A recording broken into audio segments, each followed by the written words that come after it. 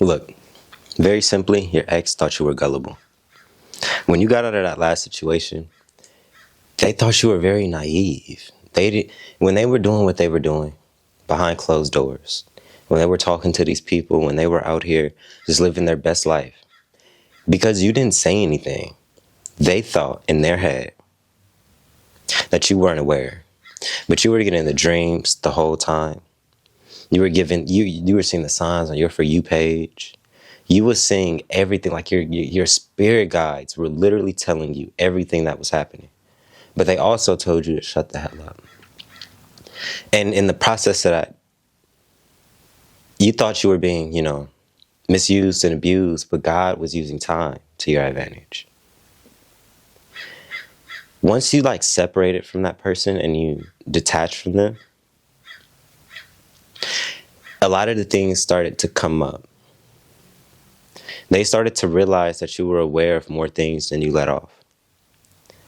They started to realize that they weren't being sneaky and you were just giving them grace.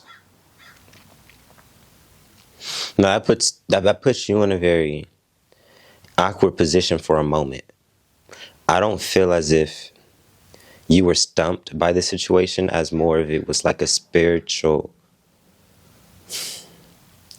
I don't want to say tune up, but more of like a awakening in a sense, like a level up, right? When everything got shown to you, when things came to light, for some of you guys, they told you out of their own mouth. For other you guys, you ran across it, you ran across pictures. Other good amount, you saw them. Whatever it was that came out, it confirmed everything that you felt, and it brought a certain level of awareness to how intuitive you truly are, how insightful and how aligned you actually are on your path. And all that did was bring you a certain level of self-esteem and confidence to believe in yourself and believe in your ideas. And they see that. They see all of that. Karma is one of those things where it's hitting them after the disposal, because they tried to discard you. They tried to ruin you. They tried to hit at your self-esteem. Not with the perspective of you didn't know that that's what they were doing. But now that everything has came to light, they're having to sit with themselves. They're having to sit with what they did. They're having to sit with their thoughts. And that's eating them up. That's eating them from the inside out. Because they can no longer point at somebody else and say, this is why this happened. They can no longer play the victim in their story. They have to sit with an immense amount of accountability. That accountability doesn't feel good to them. You see, that accountability made them somewhat turn on you a little bit more. Because initially they viewed you as you're the reason I'm feeling like this. If I didn't come in contact with you, I wouldn't be feeling like this. Which is true to a certain degree. But over time, you see, people, when people are forced to sit with their emotions and truly get humbled by God, God sat them out the game in a real way. They know it shifts your perspective. When you sleep on things, they had an opportunity to sleep on it, and they didn't like those nightmares. It's on my spirit to talk to you, though, because that chapter in your life is done. There's no going back to that. It may be tempting, you may have that emotional pull, because it was a spiritual union, it was a spiritual contract, but free will takes over. I want you to stay steadfast on your journey and keep walking forward. I want you to keep pouring that attention that you were giving to that person to yourself. No more going to sleep wondering what they're doing. No more gaslighting yourself, trying to figure out or give a question or give an answer to a question that they could have gave you ages ago. No more beating yourself up trying to understand why you deserve to go through the things that you were going through, because truthfully speaking, you didn't deserve to go through that. All because they decided to treat you the ways that they treated you does not mean that that's going to be everybody, and that does not mean that that's what was right. As somebody with high energy and a high frequency, you're going to get put into people's life as their karma. How are you going to treat this person? And in the process of that, you're going to be protected. You're going to be getting hit with the lash, of course. But every single time they hit you, they're stacking up their karma. And God is standing right next to you. It's almost like you don't feel the whips. It's like you're getting hit with the whip, but you don't feel it. But you see the scars, but you don't feel anything. It's like you're just sitting there.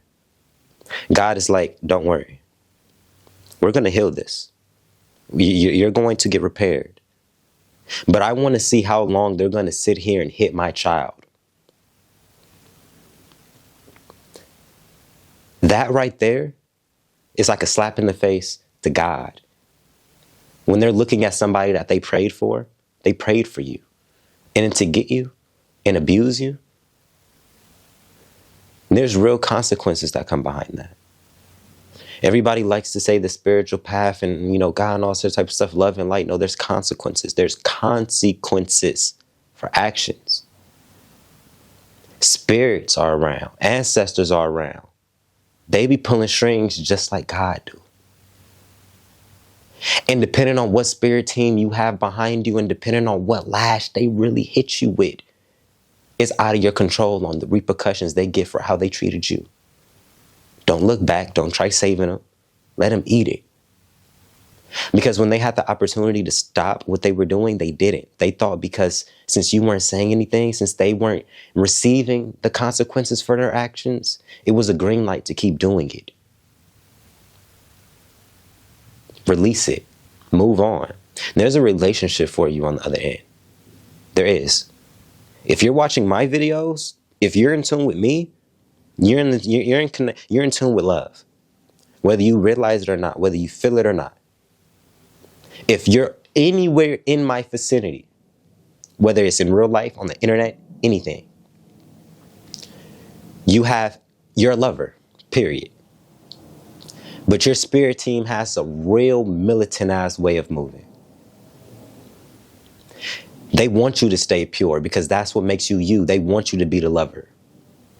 But just how they're about to exhibit an extreme amount of judgment and karma on that situation with this past person, they're about to send you somebody else who's about to fill you up so beautifully and so just so aligned that this past person is actually going to see it.